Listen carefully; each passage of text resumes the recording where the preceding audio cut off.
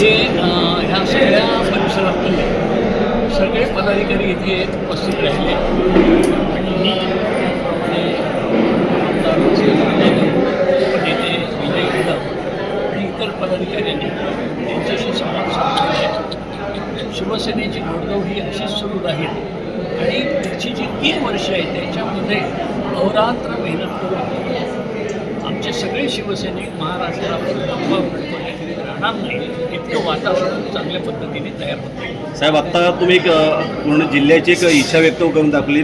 भास्कर जाधवांच्या रूपामध्ये महाराष्ट्राचा मुख्यमंत्री झाला पाहिजे असं व्यक्त करून एक विचार व्यक्त करून त्यावर काय सांगितलं? ही माझी नाही, ही सगळ्या शिवसैनिकांची इच्छा आहे जे सगळ्यांनी बोलूनही दाखवलेली आहे.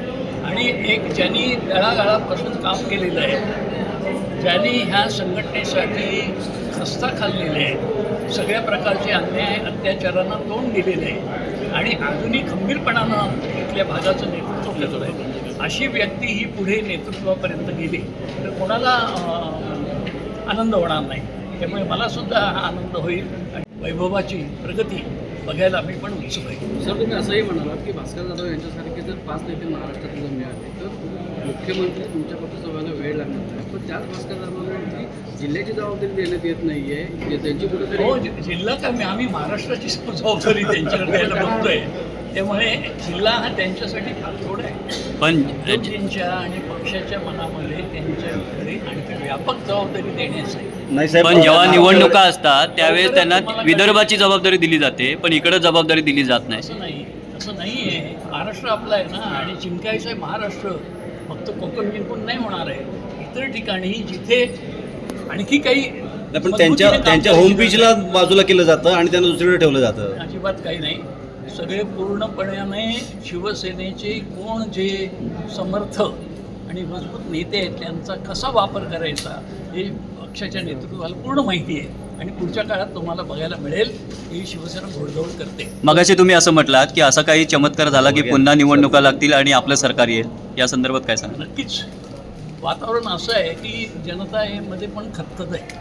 अनेक गोष्टी घडत आहेत ज्या घटित आहेत त्यांचे तपशीलवार माहिती आता नाही सांगता येणार. परंतु महाराष्ट्रामध्ये काही असे चमत्कार पूर्वी घडलेले आताही घडू शकतात आणि जे काही चाललेलं आहे ती बजबजपुरी हटवण्यामध्ये जनतेला उत्सुकता आहे आणि ते तशा प्रकारचं कसं होतंय पुढे हे बघायचं आहे आणि आम्ही सुद्धा त्यासाठी तत्पर आहोत. साहेब, तुम्ही अजिबात नाही. शिवसैनिक हे बाळासाहेबांच्या शिकवणीतून तयार झालेले आहेत. त्यामुळे सगळीकडे शिवसेना मजबूत आहे. शाखांमधून या पद्धतीनं काम चाललेलं आहे. त्याच्यातून शिवसेना पुढे येते आणि वर येते. त्यामुळे आता पुढच्या काळामध्ये शिवसेनेचा जो दिवस आहे तो लवकरच. तुम्ही उद्योगमंत्री होतात, आत्ता महाराष्ट्रामध्ये उद्योगधंदे बंद पडताना दिसत आहेत, काय सांगाल? फार दुर्दैवाची गोष्ट आहे की उद्योगधंदे बंद पडत आहेत. अनेक इतर राज्यांमध्ये जात आहेत. मला पण कळत असतं की अनेक उद्योगधंद्यांचा जो विस्तार आहे, एक्सपान्शन असतं ते इतर राज्यांमध्ये मध्य प्रदेश, गुजरात अशा राज्यांमध्ये होताना आपलं सरकार मात्र तिथे स्वस्थ बसून आहे. आम्ही त्यावेळेला आपल्याला सांगतो की दर महिन्याला उद्योगाच्या परिषदा व्हायच्या. मी इतर राज्यांमध्ये सुद्धा जायचो, इतर देशांमध्ये सुद्धा जायचो. कशासाठी की गुंतवणूक आपल्याकडे यावी. असे प्रयत्न आता होताना दिसत नाही. लवकरात लवकर महाराष्ट्र सरकारनं जागं व्हावं. इतर राज्य पुढे जात आहेत. स्पर्धेमध्ये आपला टिकाव लागेल की नाही ह्याच्यासाठी त्यांनी जागं व्हावं आणि धडपड करावी, प्रयत्न करावे. आमच्याकडून जे सहकार्य असेल ते आम्ही द्यावं. पण दुर्दैवानं आज शांतता दिसते या बाबतीत. साहेब, कोकणात अलीकडच्या निवडणुकांमध्ये सगळे बघितलं तर थोडी ठाकरे शिवसेनेची पिछेड झालेली दिसते.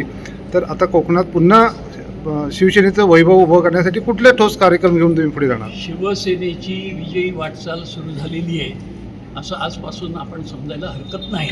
आणि पुढे आम्ही पूर्वीप्रमाणेच कोकण हा शिवसेनेचाच आहे हे सिद्ध करून दाखवू. शेवटी या कोर्टामध्ये न्याय मिळेल आणि आमचं जे हक्काचं चिन्ह आहे, पक्षाचं नाव आहे, हे शिवसेना उद्धव बाळासाहेब ठाकरे यांना मिळेल याचा आम्हाला पूर्ण विश्वास आहे. नार्वेकरांबद्दल काय सांगाल? नार्वेकरांबद्दल कशाला काय बोलायला पाहिजे? हे अशा प्रत्येक गोष्टीची दखल घेण्याची गरज नाही. आम्हाला अधिक व्यापक राजकारण बघायचं आहे आणि त्याच्यामध्ये आम्ही मजबूतीनं पुढे जातो आहोत.